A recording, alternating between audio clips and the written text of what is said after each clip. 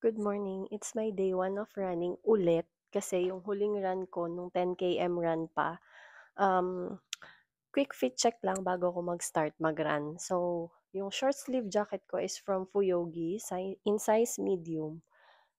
Kasi yung unang bili ko nito in size small, mali. Sobrang sikip sa akin. Hindi ko na siya ma-zip hanggang dito.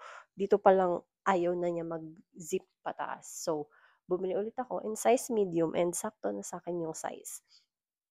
Itong shorts ko is from Orange Up, pero kasi na-delete na yung Orange Up ko, kaya hindi ko na alam kung saang shop 'to exactly. Tapos yung shoes ko is from One Step, nabili ko sa Payless. Yun lang, and may belt bag pala. Yung belt bag ko, it's from TikTok shop lang din. Ile-link ko 'tong dalawa dito sa account ko. Magdadala na lang rin pala ako ng sombrero. Kasi baka umulan, yun yung dahilan bakit nagko-contemplate ako tumakbo ngayon, pero kaya yan. Tara, takbo tayo.